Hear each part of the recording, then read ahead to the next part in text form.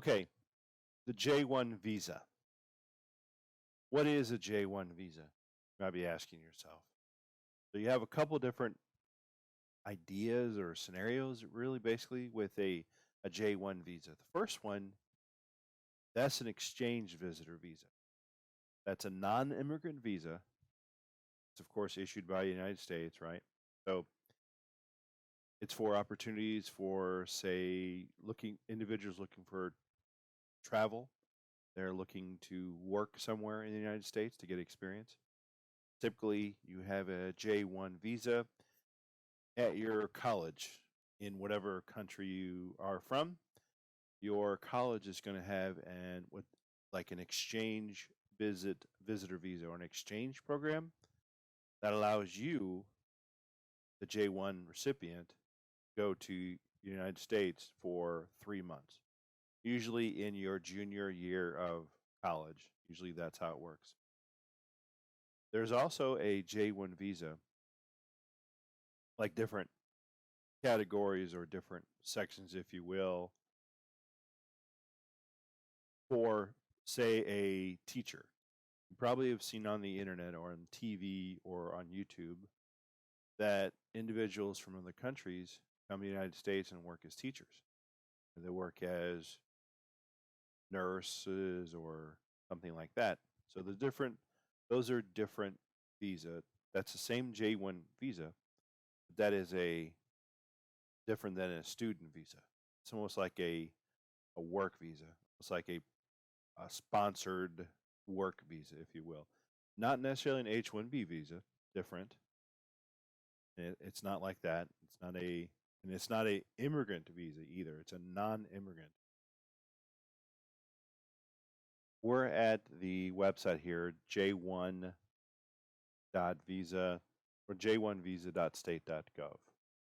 In there, we're going to select, I'm going to go over a little bit thing actually, right? You have getting an exchange visitor visa. You also have hosting a participant. So when you click on host a participant, it brings you to this link here. And it says how to apply. So the first item is decide what type of participant you would like to host by visiting a list of programs. When I click on this link, it brings me here. So let's talk about the programs. You have the AU pair, which is a nanny, someone individual who would be from another country, come to America, and work as a nanny in a home of a family who needs child care, if essentially their live-in nanny, if you will. The benefit for this is for an individual outside the States, it's a lower rate to bring them over from another country than it is to hire someone in the States. And this is the program. Typically, a lot of what you see in these is the individual, the nanny comes over, and they work for anywhere from 8 months to a year, longer, could be longer as well. I'm going to talk on the summer work travel in this video, actually, because I have experience with that. So the summer work travel. Typically in your third year of college, the student, or whatever college it is, they have an exchange visitor program, if you will, with the college, and they help you find a job in the States. And the summer work program, so you're here usually for like 4 months or so, something like that, and you work for like a hotel. You could work in IT if that's what you do. Whatever you do at your college, that's what you're going to be doing here. So I will say this much: you work, say, as a hotel individual. So you're studying for, say, hotel and restaurant management. When you come to the States, you're going to be working at a hotel, and you're probably going to be a housekeeper or a cleaner. You're not going to be in the kitchen cooking. You're going to be just a house cleaner, basically, making beds, cleaning up the room, and your pay is a little more than minimum wage, actually. The house that you have is comes out. So you pay for the house. So you share. Usually, you share like an apartment with another individual, and you pay a certain monthly amount of that actually, and you pay for your own food, you pay for your own water, and the goal is usually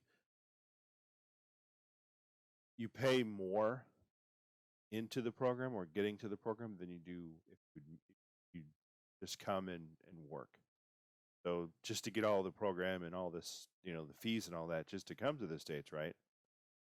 It's like $5,000 or $6,000, something like that, and you might make like $8,000 in like a couple of months working in the States.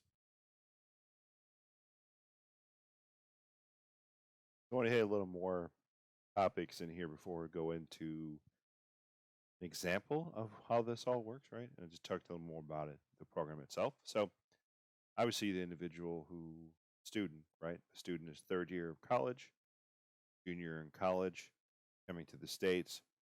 I'll get into all the process in a minute.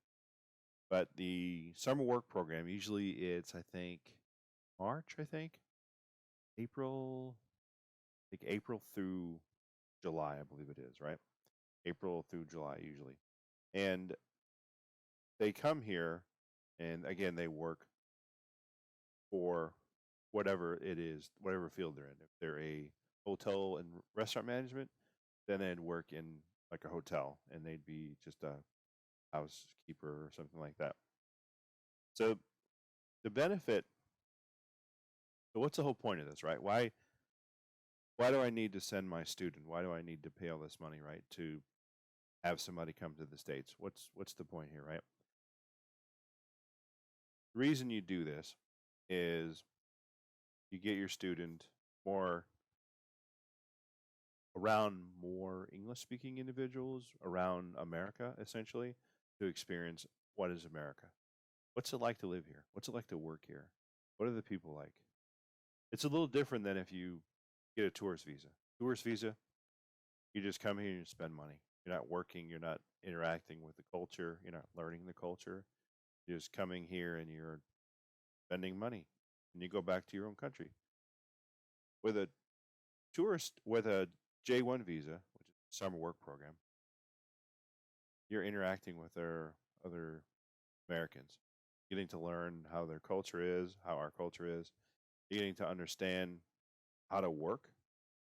What is the what are the things? How do people? What's their work ethic like? And you take that knowledge when you go back to whatever country you're from. Now you have a better. Oh, okay, yeah, I worked in America. Okay, cool. And there, it's really it's going to help you get a better job in your country only because you're going to understand different aspects of the American life than other folks. It's not going to help you get a better job because you've been to the States. Has no reference on that, from what I've seen anyway. The only way it helps you, again, is because you know the culture better than you did before. And you're going to know it, especially if you work in an area where you have to interact with Americans, let's say. You're going to be able to speak you'll be able to understand their culture better. And therefore, you're going to be more of an asset to the company. That's how it would affect your job, getting a better job. Now, if you're in a country that has no Americans, you're definitely going to be looked at as something special. Because when you go back to your country and there's not a lot of Americans around, you're going to be regarded higher because, oh, you studied in America. Wow, it's so nice. Because they don't have a reference point. So now you're kind of a pseudo expert, if you will, with the American culture. And so companies in that regard are going to look at your expertise, are going to look at your skill set. Oh, you worked in America. Oh, okay, you must know a lot, right? Because you understand their culture, you understand their work ethic. Fantastic. That translates into a better job for you in some regard.